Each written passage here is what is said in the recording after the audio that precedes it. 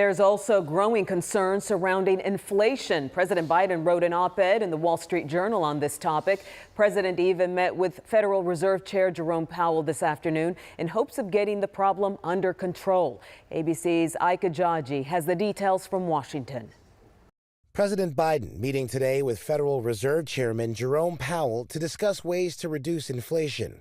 In a Wall Street Journal op-ed on Monday, Biden said he wouldn't seek to influence the Fed's policy decisions inappropriately, unlike former President Trump and other past presidents. I'm not going to interfere with their critically important work. In Germany, a member of the Fed board said the U.S. central bank should be prepared to raise interest rates by a half percentage point at every meeting until inflation is curbed.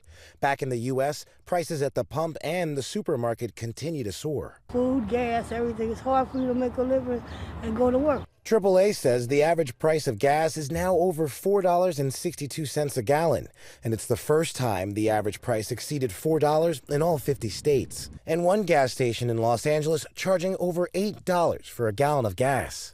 Industry analysts say as summer travel begins, the spike in demand, coupled with a long-standing oil supply shortage from the pandemic-induced production slowdown, could drive prices even higher.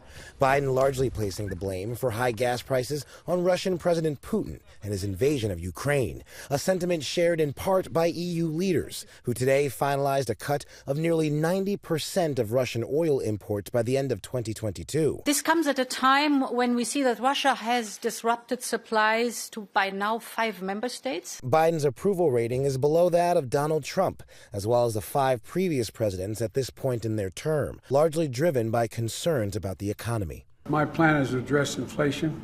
It starts with a simple proposition: respect the Fed.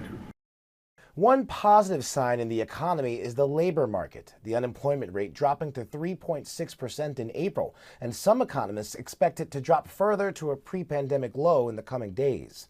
Ika Jaji, ABC News, Washington.